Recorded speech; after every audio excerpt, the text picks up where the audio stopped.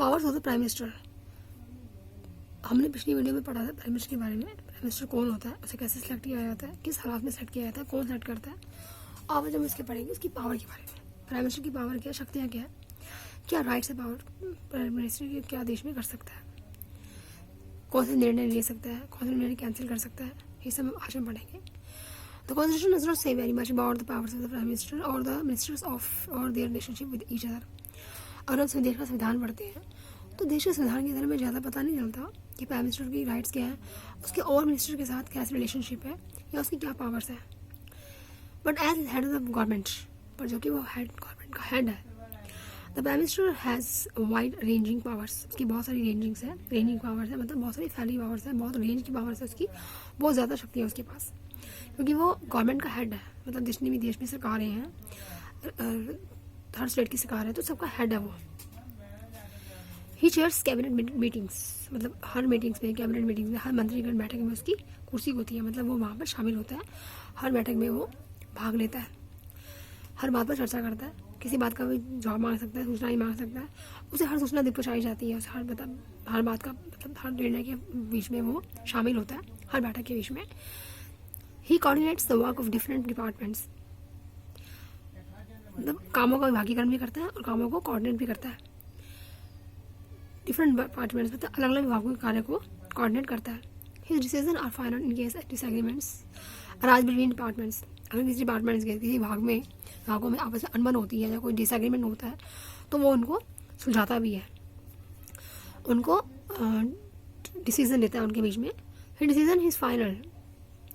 Decision are final in case, उसके निर्णय अंतिम होते हैं अगर कोई डिपार्टमेंट के अंदर किसी डिपार्टमेंट में आपस में नहीं सहमति होती है किसी डिसीजन के ऊपर, तो उसका फैसला माना जाता है, अंतिम फैसला होता है प्रधानमंत्री का। ही exercises general supervision of different ministries. अलग अलग मिनिस्ट्रीज, अलग अलग मंत्रियों के कि सुपरवाइज भी करता है वो। सुपरवाइजर ने क्या करते हैं कि हम कार्य को देखते हैं, दूसरे कार्य को देखते हैं कि वो कैसे कार्य कर रहे हैं, अपने कार्यों को सही अंजाम दे रहे हैं या नहीं, सही फैसले दे रहे हैं नहीं, अपने काम को सही तरीके से ऑपरेट कर रहे हैं नहीं कि, तो वो सुपरवाइजर का काम होता है जो प्रधानमंत्री करता है। उसका राइट है उसका कि वो हर डिपार्टमेंट के में काम बांटे भी और काम देखे भी। The prime minister distribute and redistributes work ministers. वो हर मिनिस्टर्स को, हर मंत्रीगण को कार्य बांटता भी है और काम रीडिस्ट्रीब्यूट भी करता है। दोबारा कार्य भी बांट सकता है, कार्य बांटना और दोबारा कार्य भी बांटना। He also has the power to dismiss minister. उसके बाद ये पावर भी है कि वो मिनिस्टर को डिसमिस भी कर सकता है, मतलब कि निकाल भी सकता है, किसी को अपने कार्य से निकाल सकता है। When the Prime Minister quits, the entire ministry quits. जब प्रधानमंत्री क्विट करता है तो सारी मिनिस्ट्री क्विट हो जाती है, मतलब कि प्रधानमंत्री के क्विट करने के साथ ही, शपथ लेने के साथ ही कि वो हट रहे, तो बाकी मिनिस्टर्स भी, एंटायर मिनिस्ट्री, सारी की सारी मिनिस्ट्रीज खत्म हो जाती है, मतलब उनकी पावर खत्म हो जाती है। प्रधानमंत्री की पावर खत्म होने के साथ ही बाकी मिनिस्ट्रीज की पावर भी खत्म हो जाती है। प्रधानमंत्री सबके कार्य देखता है, सबके कार्य को कार्य बांटता है, डिस्ट्रीब्यूट भी करता है, अपने कार्यों को सुपरवाइज भी करता है। अपने क्विट होने के साथ बाकी की पावर्स भी क्विट हो जाती है। इसके अलावा वो उसकी पावर्स फिर भी काफ़ी है, उसकी पावर्स काफ़ी रेंज में फैली हुई हैं। Thus if the cabinet is the most powerful institute in India, फिर भी ये कैबिनेट, ये मंत्रीगण दुनिया में इंस्टीट्यूशन फैला हुआ है, बहुत ही शक्तिशाली इंस्टीट्यूशन है इंडिया के अंदर। With in the cabinet it is the prime minister who is the most powerful. Prime minister है और कैबिनेट जो है इसमें मोस्ट पावरफुल कौन है? The powers of the Prime Minister is all parliamentary divorces of the world have increased so much as recent decades that parliamentary democracies are sometimes seen as Prime Minister form of government. The powers of Prime Minister, जो Prime Minister की powers जो हैं सारी संसद लोकतंत्र में पूरे world के अंदर बढ़ी हैं पिछले कुछ दशकों में। अभी हाल के दशकों में काफ़ी पार्लियामेंट्री शक्तियाँ काफ़ी बढ़ी हैं प्रधानमंत्री की। As political parties have come to play a major role in politics, एक राजनीतिक दल की तरह वो इसमें एक मेजर रोल निभाता है प्रधानमंत्री। The Prime Minister controls the cabinet and parliament through the party. प्रधानमंत्री जो है वो कैबिनेट को, पूरे मंत्रीगण को संबोधित करता है, मंत्रीगण को पूरा प्ले करता है, रोल ऐसा निभाता है जो उनको पूरा कंट्रोल करता है, उनकी कार्य गतिविधियों पर पूरा नियंत्रण रखता है।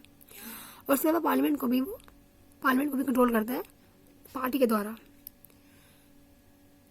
The media also contributes to trend by making politics and election as a competition between the top leaders of parties. Media में इसमें एक अहम रोल निभाता है. जैसे इलेक्शन के दिनों में आप देखो या कोई भी आप समाचार सुनते हो, न्यूज़ सुनते हो टीवी के ऊपर, तो मीडिया उसको एक दूसरे दलों को, दो पार्टीज को आपस में एक अपोजिशन पार्टी की तरह ट्रीट करते हैं, उनकी खबरें सुनाते हैं, उनको एक दूसरे के बारे पर अपनी राय देते हैं. तो मीडिया के द्वारा भी बहुत बड़ा डिबेट बन जाता है दो पार्टीज के बीच में, जो लगातार आप जब अपनी न्यूज़ पर सुनते हो. प्रधानमंत्री के कार्य हैं, पूरे संसद के कार्य हैं, गवर्नमेंट के कार्य सब मीडिया द्वारा बताए जाते हैं और उनमें एक ऐसा कॉम्पिटिशन, एक कंट्रीब्यूशन बना दिया जाता है, कॉम्पिटिशन बना दिया जाता है सारी पार्टीज के अंदर, जो मीडिया की तरफ अपनी तरह से पेश करके दिखाया जाता है. ये भी इनका एक बहुत बड़ा कंट्रीब्यूशन होता है मीडिया का, हमें हम तक सारी खबरों को पहुंचाना. अगर मीडिया ना हो तो हमें तो कोई पता ही नहीं चलेगी देश के अंदर क्या हो रहा है. हम जितनी भी न्यूज़, जितनी भी चीज़ें देखते हैं वो उस मीडिया से ही देखते हैं. टीवी में इतनी खबरें आती हैं, फ़ोन पे आप सुनते हो, तो ये सब मीडिया का रोल है जो हमें वो सब देश की गतिविधियाँ, पूरे इंटरनेशनल रोल, जितना भी देश में कुछ जो भी एक्टिविटीज़ हो, इवेंट्स हो रहे हैं, वो मीडिया के बारे में ही, हमारी मीडिया से के थ्रू ही जान पाते हैं. तो मीडिया का एक बहुत बड़ा कंट्रीब्यूशन है इनको बढ़ाने में भी और घटाने में भी.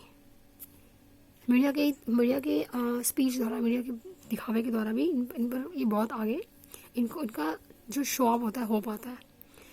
In India too, we have seen such a tendency towards the concentration of powers in the hand of the Prime Minister.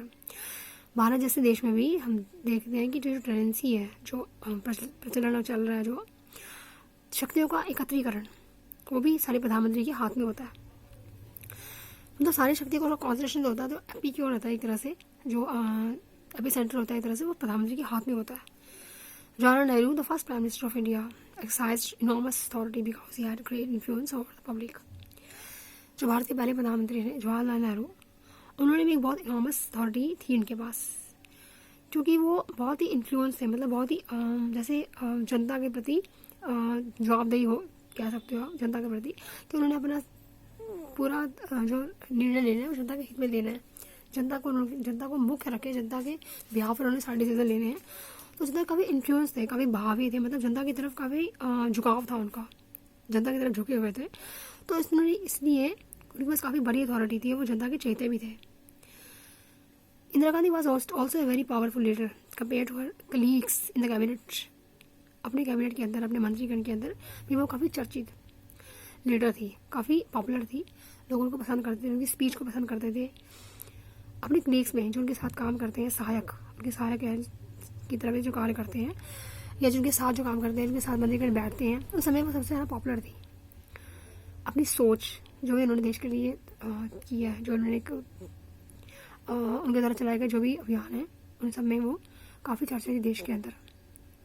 Of course the extent of power wielded by Prime Minister also depends on the personality of the person holding that position. Of course, the extent of power wielded by Prime Minister also depends on the personality of the person holding that position. बेशक ऐसा होता है कि जो इंसान को किसी भी आम व्यक्ति की जब तक आम व्यक्ति होता है उसके पास पावर नहीं होती, लेकिन जब पावर आती है तो उसकी पर्सनैलिटी डेवलपमेंट होती है, क्योंकि वो जवाबदेही बन जाता है. उसको जवाब देना होता है पूरे देश को, पूरी पब्लिक को, पूरी जनता को, अपने कार्य के लिए. तो इसलिए जो इंसान अपनी इतनी बड़ी पर्सनैलिटी को, इतनी बड़ी पोजीशन हासिल करता है, इतनी बड़ी जिम्मेदारी लेता है, तो उसकी पर्सनैलिटी डिपेंड करती है एज प्राइम मिनिस्टर. उसकी पर्सनैलिटी जो बनती है उसको एक उसका व्यक्तित्व निखारने के लिए, व्यक्तित्व निभाने के लिए, अपना रोल निभाने के लिए उसको जवाबदेही देना पड़ता है. और ये डिपेंड करता है कि वो अपने पावर को किस तरह इस्तेमाल करता है.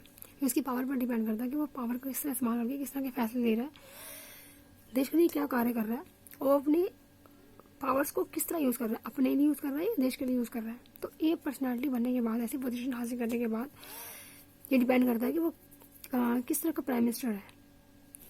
However, in recent years, the rise of coalition politics has imposed certain constraints on the power of the Prime Minister.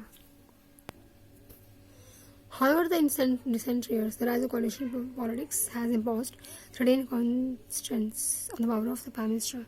हाल के सालों में coalition जो पार्टी हैं, जो काफ़ी विरोधी पार्टीज हैं, उठी हैं, जो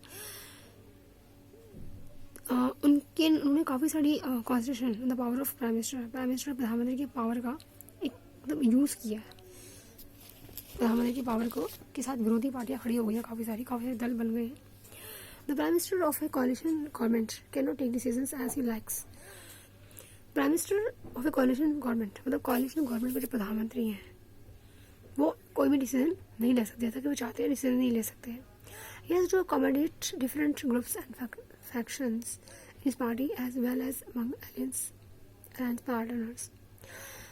उसे उन्होंने समझौता करना पड़ता है अलग अलग ग्रुपों में, अलग अलग फैक्शंस में, अपनी पार्टी के अलग अलग दलों में के अंदर, as well as among alliance partners, जो पार्टनर्स आपस में जुड़े होते हैं, जो इकट्ठे काम कर रहे हैं, उनकी पार्टी के अंदर उन्हें समझौता कराना पड़ता है, उनके अंदर सुझाव कराना पड़ता है। एक तरह से उनके बीच में शांति पैदा करनी पड़ती है।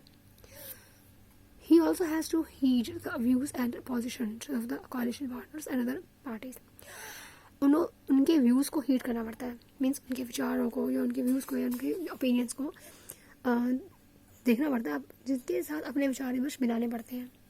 And position of the government coalition parties and other parties, अन्य दलों के भी, on who support the survival of the government depends, जिनके सपोर्ट पर सरकार का जीवन यापन डिपेंड करता है। मतलब ऐसी पार्टियां जो उनके अंदर काम करती हैं, उनके दलों का व्यूज़ देखना, उनका सपोर्ट करना प्रधानमंत्री का कार्य है।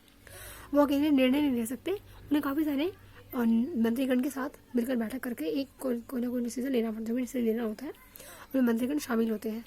अकेले डिसीजन नहीं ले सकते वो कोई भी, और ऐसी सपोर्ट लेनी पड़ती है जिस पर कि सरकार डिपेंड है।